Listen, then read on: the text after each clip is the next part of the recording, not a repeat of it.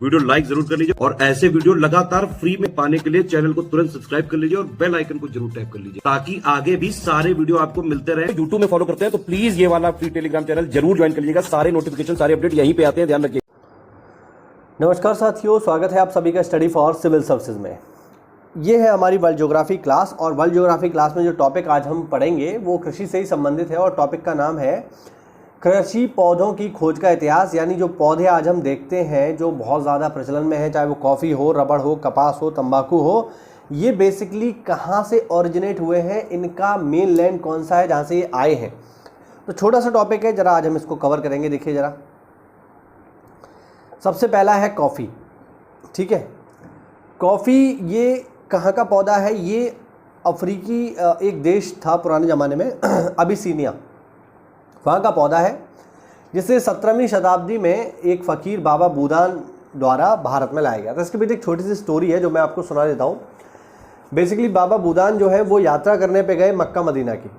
ठीक है, तो वहाँ पर जैसे क्या होता था, जो लोग मक्का मदीना की यात्रा पर जाते थे उनको यात्रा के दौरान थकान से बचने के लिए एक पेय पदार्थ दिया जाता था जो कि बेसिकली पिसे हुए कॉफ़ी के बीज होते थे, उसको पानी में मिला करके उन्हें दिया जाता था। इससे उन्हें एनर्जी फील होती थी, थोड़ा सा स्फूर्ति आती थी।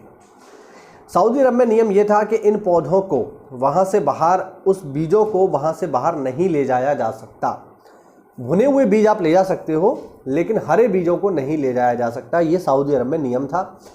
फिर हमारे यहाँ के एक बाबा जी गए जिनका नाम है बाबा बूदान। अब हमारे यहाँ के हैं, इंडियन हैं तो टैलेंटेड हैं।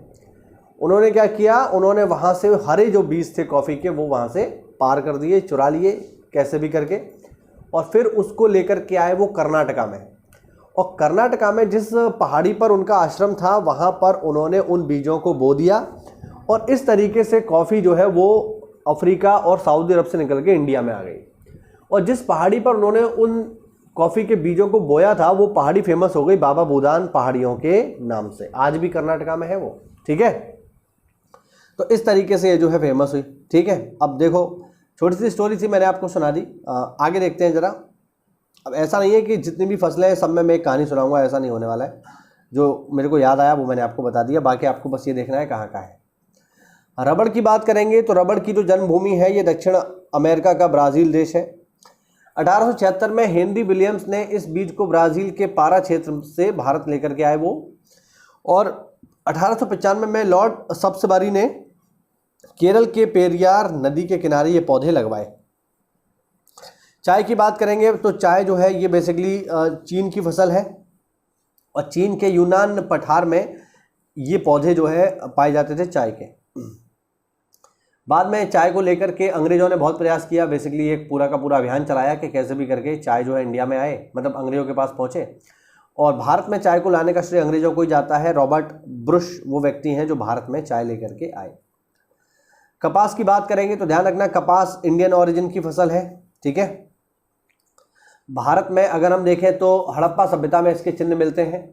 हड़प्पा सभ्यता के लोग ही वो पहले लोग थे जिन्होंने कपास की फसल को उगाया, इसीलिए कपास को सिंडन भी कहा जाता है क्योंकि सिंधु घाटी सभ्यता से ये मिला था।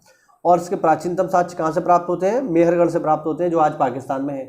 लेकिन जब उगाया गया था उस समय पाकिस्तान जैसी कोई चीज़ अस्तित्व में नहीं थी। ठीक है, तो भारत ही इसकी जन्मभूमि मानी जाती है।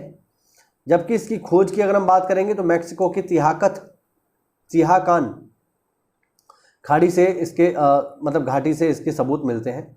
ठीक है, आगे देखो, आगे तंबाकू। तंबाकू का जो मूल स्थान है वो है दक्षिण अफ्रीका। भारत में 1508 में इसे पुर्तगालियों द्वारा भारत में लाया गया था।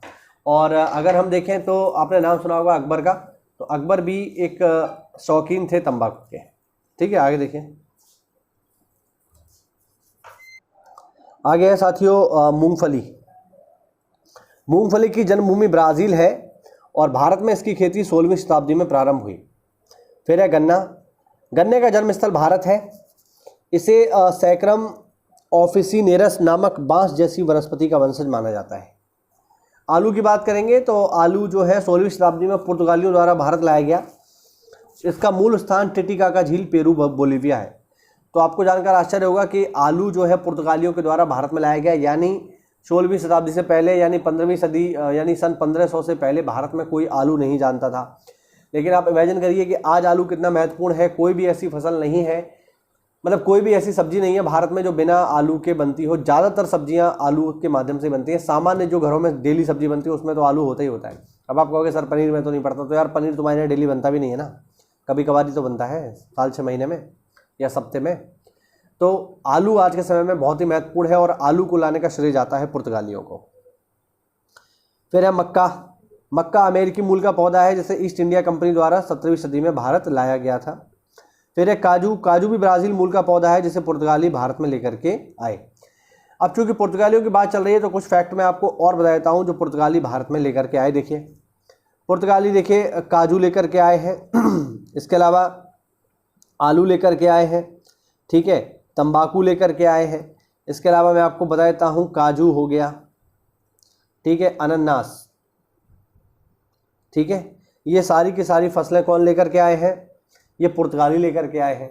इसके अलावा फसलों से इतर अगर हम बात करेंगे तो प्रिंटिंग प्रेस, प्रिंटिंग जो प्रेस है साथियों, इसको भारत में पुर्तगाली ही लेकर के आए, छापे खाना। तो पुर्तगालियों की भारत को बहुत सारी देन है, याद रखिएगा, ठीक है। तो ये वो आज का हमारा छोटा सा वीडियो, बहुत छोटा सा था लेकिन इंपॉर्टेंट है, आप इसको याद रखिएगा, पेपर में इनसे सवाल आ जाता है, ठीक। तो इसको याद रखिएगा, कोई डाउट हो तो कमेंट के माध्यम से पूछिए। मिलते हैं अगली क्लास में, तब तक के लिए जय हिंद, जय भारत, वंदे मातरम।